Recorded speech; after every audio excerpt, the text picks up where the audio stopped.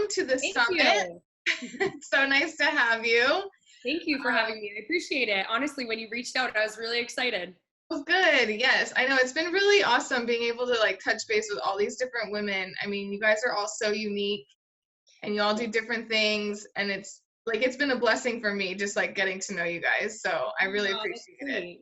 Thanks. Well, yeah, thanks for having us all, April. Like I said, I like what you've got going on, and I think the more that we can continue to just bring people together, because everyone gets so competitive, I think the more we can bring people together, why not? Yes, definitely. I love that. So, I mean, just for people who are watching, I mean, you can just go ahead and tell us right away, like who you are, what you do, and then we'll just dive in after that. If Sure, that's sure. So my name is Cassandra. Everyone pretty much just calls me Cass. That's how it's been for years and years. So I'm an interior designer. Basically, I haven't always been an interior designer though. So I've always been super, super creative, but it took me a while to actually find what I wanted to do. You know, everyone, when you're 18, they make you kind of pick a career path. And I guess I didn't choose what I thought I really, really wanted to do. So I basically had gone into business right off the hop, but after being in it, it really wasn't for me. So right now, anyway, I've got 2 kids, I've got a husband, I've got a house. So my husband's a registered nurse. He oh, no. grows My up with boyfriend's a nurse. Really? Yeah, how funny. What does he do? He works in the ICU. Oh, so does my husband. Really? Yeah. How funny. That's hilarious. And he hasn't always done that either. So he was on the neurosurgery floor at his hospital for a couple years. Oh, wow, yeah. Yeah, so like brain surgeries, back surgeries. Crazy. And yeah, so now being in the ICU, he actually works with a lot more men. Yeah. And I think he likes it. I think he likes that a lot better than having the girl drama. Yeah. But yeah, and he actually pretty much owns a reptile zoo in our basement. Oh, okay. Yeah, geckos and snakes and frogs and turtles, all of that. Oh yes, yes, yes. How do you feel about that? I'm cool with it. I like them. The only part that I don't like, it's more what these animals eat, right? Like I've got a freezer full of frozen rats, and I've got a bin full of cockroaches and crickets. What the heck? Oh my God, I can't even imagine. So, but the kids love it too. So the kids get involved. The kids are, helping spray the tanks, and they feed them and they play with them. And so yeah, he breeds them. He does it like for business. So Okay. yep. So that's a little bit of our family history, I guess, anyway. Yeah, it's awesome. But yeah, so for the last 3 going on 4 years, I've been in the interior design industry. When I started, I worked for a commercial designer. She was great. She knew so much. I mean, she was in it 20 plus years. And so I felt really fortunate to be able to, mentor with her and that be kind of my leg in the door. Because it was interesting to see how she did things when you weren't in people's homes. So to see the commercial aspect of things, right? Doctor's offices, dentist's office. She did like a high rise at the casino here locally. So that was really cool too. So to see the ins and outs of those big projects was really cool. And then what did I do after that? After that, I pretty much just went out on my own. Yeah. So I'd have little jobs here and there, right? Because it wasn't always paying the bills. But so it took a little bit, to build that clientele. And so, yeah, 4 years later, and now I've just been hired on as a kitchen designer. So the head kitchen designer at a local cabinet place. That's awesome. Congratulations. Yeah. Thank you. So it's still kind of like I've been hired on, but I'm still contracted out. So fortunately, I still kind of am able to make my own hours, make my own appointments and things like that. So yeah. Cool. I like it. So you mentioned how like in college you went one route that you thought was like expected. Yes. And then you found your way into interior design, which is what you really love, right? Yes. So what did that transition look like for you? Like, how did that come about? It was messy. Yeah. I don't know. I don't know what you want to portray in these interviews, but it took a while, right? Yeah. So the reality is, it was messy, and so it was a lot of what I thought I wanted. right? Yeah. So my first real job, I guess you could say, was as a fashion merchandiser Oh, wow. at H&M. And I loved it. I loved it. So out of college, I took business in college, just generic business, right? Like I said, wasn't for me. I took the first year and then that was it. So then I was working part-time at H&M and they opened up stores all around the country. And so I had the opportunity to travel to, where did I go first? I think it was Vancouver, BC. And so they sent me from Ontario all the way out to Vancouver to open up a brand new store. And then I realized how much I loved it out west. And I stayed there, and that's where I got hired on as a visual merchandiser and worked my way up that way. I'm telling you, April, dream job. Really? I loved it. You know, you don't know this. I worked at H&M for No 2 years way! as a department manager. Get out. That's How so long crazy. ago was God, that was probably like 8 years ago now. that? Yeah. My first job was retail. Yeah. And I worked retail basically all the way through college, after college, and like slowly moved into like sales, like corporate sales. Yep. Yeah, I had a good run with H&M, so I totally know what you're talking about. And they were a really awesome company to work for. Yeah. I did. I liked them a lot. Oh, my dog might start barking. Yeah. Hey, stop it. Nope. She's got a loud, vicious bark. She sounds really mean. Right? And so yeah, I did. I loved H&M, but basically what happened was I lived out there for so long, and I had my first child out there. Rory, that's enough. I'm gonna have to edit this part out. That's fine. Rory, come. My dog's been scratching at the door, so it's like at least you can't hear it. Right? So anyway, I had my first child at West, and basically just realized how much I missed home. So I was, pretty much across the country. So I moved back home.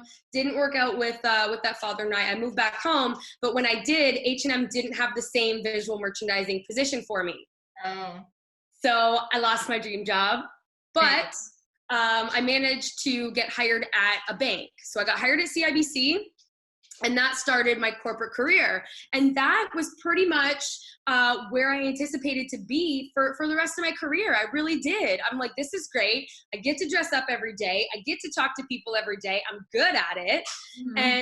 And so I did. I liked it. And I was learning a lot. I really wouldn't know about personal finance the way I do if I didn't get a chance to work there. So the biggest thing that I can take away from all of these little jobs is that I've definitely taken something from each that brought me to where I am today. So that's where I say, like, even if it's messy, just make sure to like learn from those things, right? Because I wouldn't know, certain things, even with my personal finance, how to properly invest, how to properly borrow, things like that. I wouldn't have known it if I didn't work there. So I was at CIBC for solid, let's say 4 years.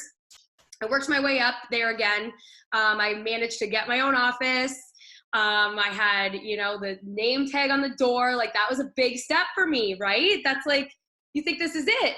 And then they just didn't have the same, ethical caring about customers. I didn't realize how much of a sales position it was. Yeah. And I didn't like that. So I then got hired at a credit union, which again, I loved it there. I was still in banking, but they just genuinely seemed to care a little bit more, and they helped people as opposed to just sold people. So I was there for a while. They moved me to a branch that I just didn't like the morale, and I didn't really see an end to it. So that's where I kind of realized, what else do I want to do? And that's when I figured, let's give interior design a shot. So it was a solid 6-7 years in finance before I got here. So fashion to finance and then interior design. Yep. And I also sold advertising in the middle of that. Oh my God. I love that though. I mean, it's so true. Like, I feel like as long as you're willing to try new things, yes, experiment and just take some risks, yeah, like, you don't know what you're going to learn about yourself. And in process, that's where you figure it out. Like that's where you figure out what really excites you. Yep. Yep. It's true. It's Yeah. true. So, and that was the thing is where, you know, in each thing, I'm really not one, it's not that I was unhappy, right? Because I really feel like I can be happy anywhere. I just kind of make it myself. But, you know, like the people, it's more the people, you know, it's there. I had read something before. It's like, you know, good employees don't quit a good job. They quit a bad boss. Yeah. And that was kind of it, is the manager I had at the time, she wasn't very helpful. You know, I didn't really see that. I always need to look for that next step. And I didn't see the next step. I felt like as far as finance went, I had learned everything I could. And unless I wanted to then be an investor or, you know, get into, what's the word? Like a financial planner. Oh yeah. So I didn't see that anymore. So then it's like, okay, well, what else can I do? I knew I was creative, and we had actually just bought our second house. So when we had our first house was where I kind of got to experiment a little bit. Yeah. And I realized how much I liked it. And then we bought our second house and it needed all of these renovations. And I'm like, I'm game for this. So I ended up taking an online course. So I have my diploma in interior design, and that's what I've been running with ever since. So I love that. yeah, so it was after that I got hired with that one interior designer, and then went out on my own. That's amazing. What Yeah. a story. Thanks. It is, right? Because I mean, it took me a good 10 years after college, after high school, and I still don't feel like I like where I am. I think I'm at a good place. I've made, you know, small career moves everywhere I've gone. So even when I was in, you know, doing interior design on my own, I was still working part-time at a tile store.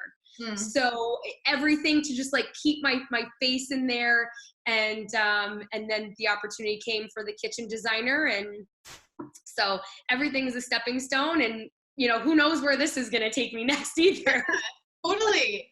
And the best thing, what I'm loving right now so much about this is like your attitude towards everything. It's just, I mean, I'm sure there were hard moments throughout this whole journey, but like, just like your outlook on it and like the lessons you say that you've been able to take from all the experiences, it's very positive. Yeah, of course. I mean, that's important. Yeah, like I'm telling you all the fun stuff. Yeah. There's definitely hard times, you know. I guess I'm fortunate in the sense of, you know, my husband does have a good job, so it's not that like when I am taking these risks that like we're going to be hard on money.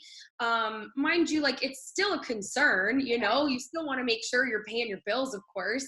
But I am fortunate that he's supported me in all of this, in all of those changes. So we're going on 9 years in the fall. So like, oh, wow. Yeah. So through all of these changes, you know, he's still, you know, there just kind of, I don't even want to say cheering me on, because there's still moments where he basically just says, as long as we can pay the bills. Yeah. So that sounds like such a guy's response.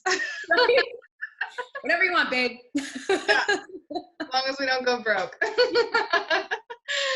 That's awesome. But I mean, that's also something to point out. I think for a lot of the women who are going to end up watching this summit and these interviews, what I've realized are that women are just really struggling with, one, figuring out what excites them, because they've been, you know, giving and sacrificing for so long for their kids, for their husbands, their families, whatever it is.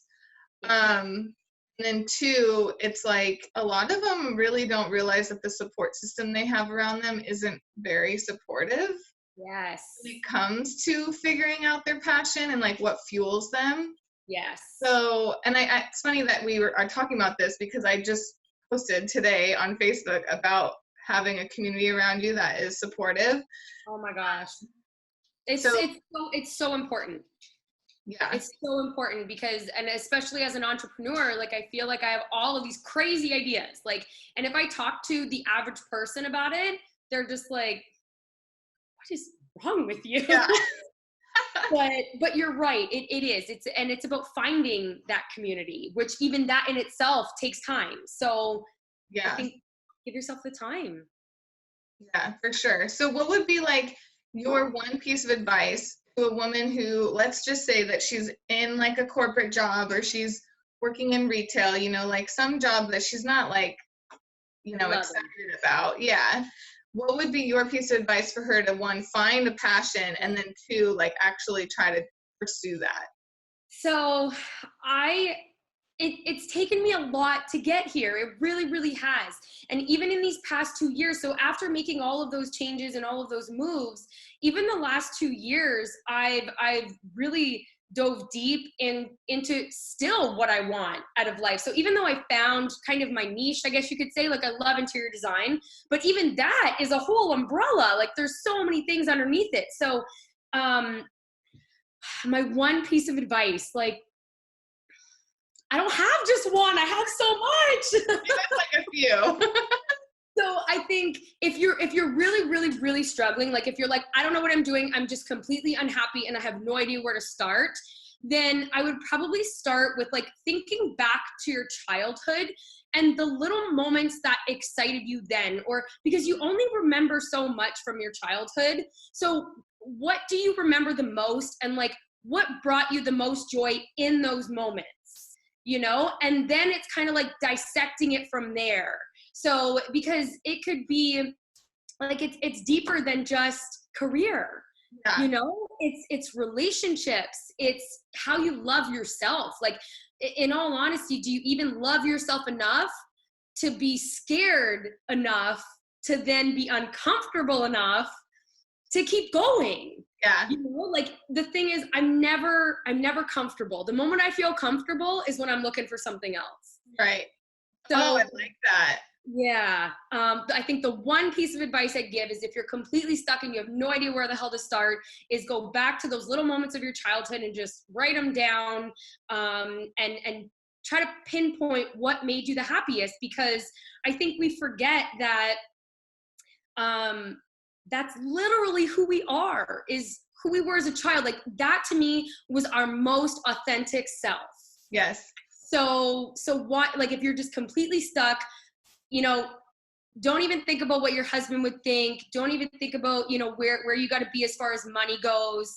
I would take the money right out of it and just get back to basics, I guess.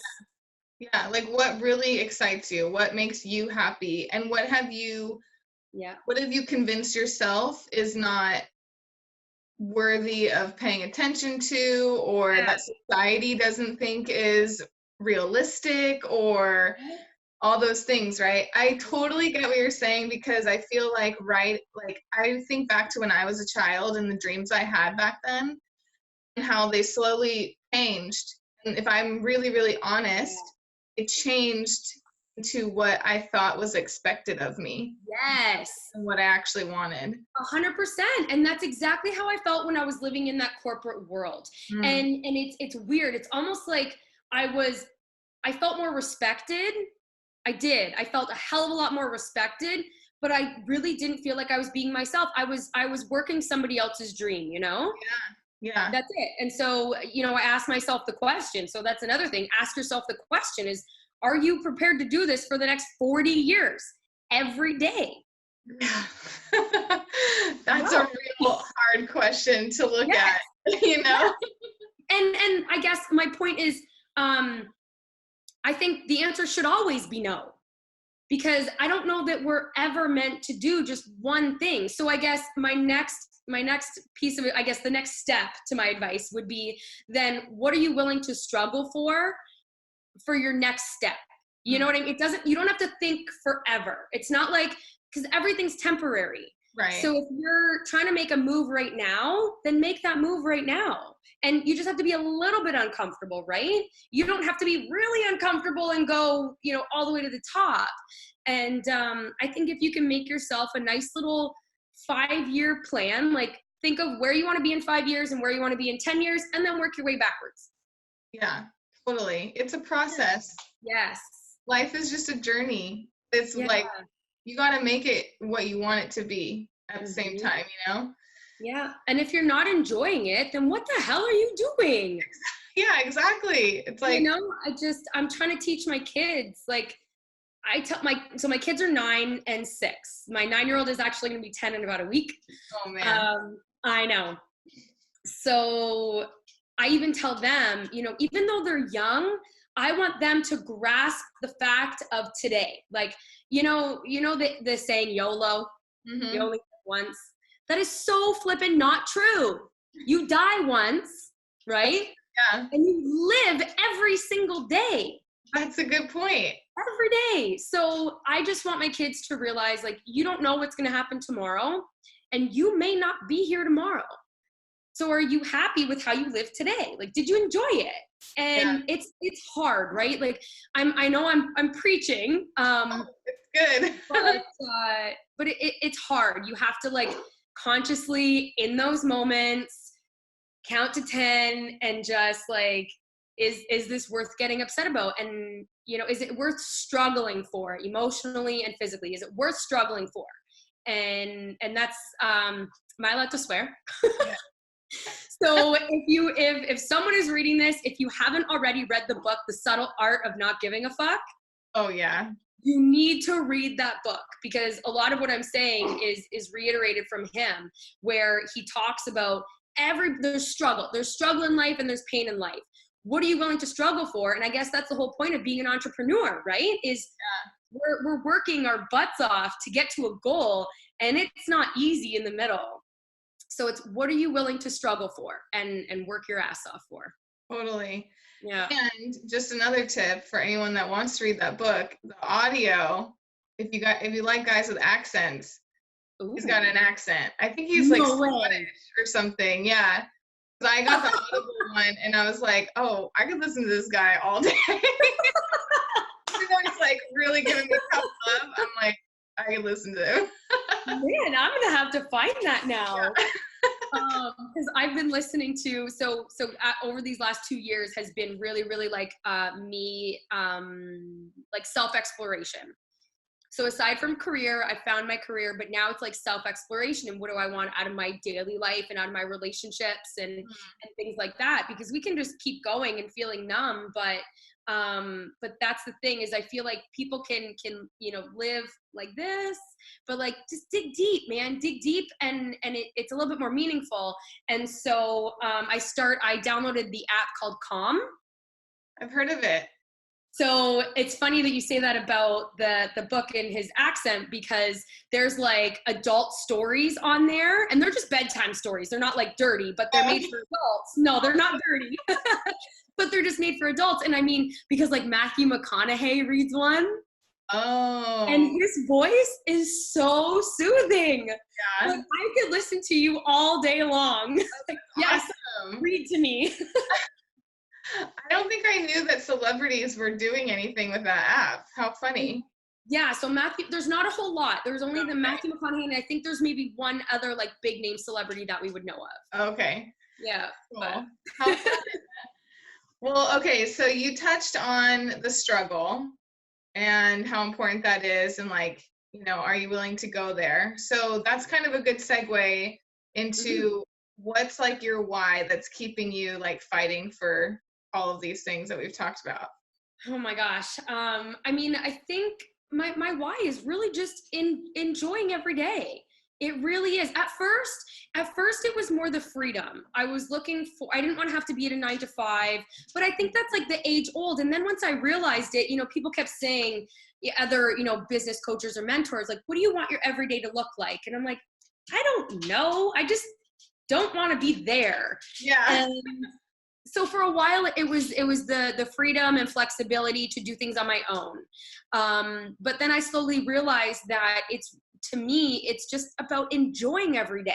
Because then once I got into it, I realized that I was procrastinating, which is a form of self-sabotage. And, I was putting off like a lot of tasks that I just didn't want to do. And so I realized like there's parts of being self-employed that I hated and I'm just not good at. So, to do it all, like, and you can't do it all. You can't do it all. That's it. You're going to need a bookkeeper. You're going to need an accountant. Like, you need helping hands, right? So it really was just, I think, enjoying every day. And I'm still picking parts of my business that I like and that I don't like. And Yeah. now I'm being a lot more open to my clients about what I do and what I don't do. Whereas before it was like, well, they're going to pay me, so I'll just do it. And I've realized that it's not worth the stress. It's not worth the time. And sometimes you'll end up losing money because you're putting so much into it and you're not getting it back that you really want. So my why for sure, it's the kids too. Yeah. Always about the kids in there, you know. but because, so, you know, to find the joy in every day, it's like even if I'm working from home, if I had a shitty day, if I had a bad day and it was because of work, and I'm bringing that, you know, home or into other conversations, it's not good for them, you know, to see me, you know, being hard on myself too. I'm really hard on myself as a person. So that's something I'm working on is, so my why is just staying mentally sane. Yeah. That's a good why. Right? It's really just because if you're anything like me, like I'm really hard, I'm not a perfectionist, but I'm hard on myself. I like to be structured. And so that's hard when you don't have a boss, you know, telling you what to do, you know? So I like being structured, but maybe I don't know how to structure myself. And so it's a learning curve for sure. Yeah, definitely. I mean, I feel like the journey of entrepreneurship is like, it's always a learning curve. There's always something to learn or be better at or whatever. So Just, like, you can't be afraid to fail. Yeah. You can't be afraid to fail. Like I guess you almost want to consider your next step is like, what am I going to fail at next?